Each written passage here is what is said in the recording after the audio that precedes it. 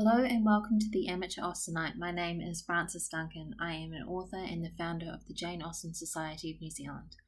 However, I am underqualified for my job as I am and have always been an enthusiastic amateur. Today we are going to be discussing Chapter 24 of Pride and Prejudice by Jane Austen. This is Chapter 1 of Volume 2. In Chapter 24, Jane gets a letter from Miss Bingley, Jane and Elizabeth discuss Charlotte, and Mr. Wickham tells all.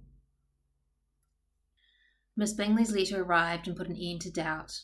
Hope was over, entirely over. Poor Jane. To Caroline's assertion of her brother's being partial to Miss Darcy, Elizabeth paid no credit. That he was really fond of Jane she doubted no more than she had ever done. She could think of nothing else. It was a subject, in short, on which reflection could be long indulged and must be unavailing. And Jane says that he may live in my memory as the most amiable man of my acquaintance, but that is all. Poor Jane. And Elizabeth says, there are few people whom I really love, and still fewer of whom I think well. The more I see of the world, the more I am dissatisfied with it. She talks about Charlotte, and Jane lays out the reasons that Charlotte got married. Mr. Collins is respectable. Charlotte is a prudent and steady character. She is of a large family, and as to fortune, it's an eligible match. But Elizabeth will have none of this. She says, you shall not, for the sake of one individual, change the meaning of principle and integrity, nor endeavour to persuade yourself or me that selfishness is prudence and insensibility of danger security for happiness. That's some cold things to say about your best friend.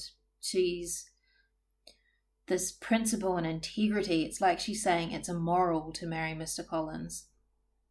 But consider if she were talking about Mr. Wickham. Principle and integrity, selfishness. These things do describe him, and they do describe his pursuit of Miss King.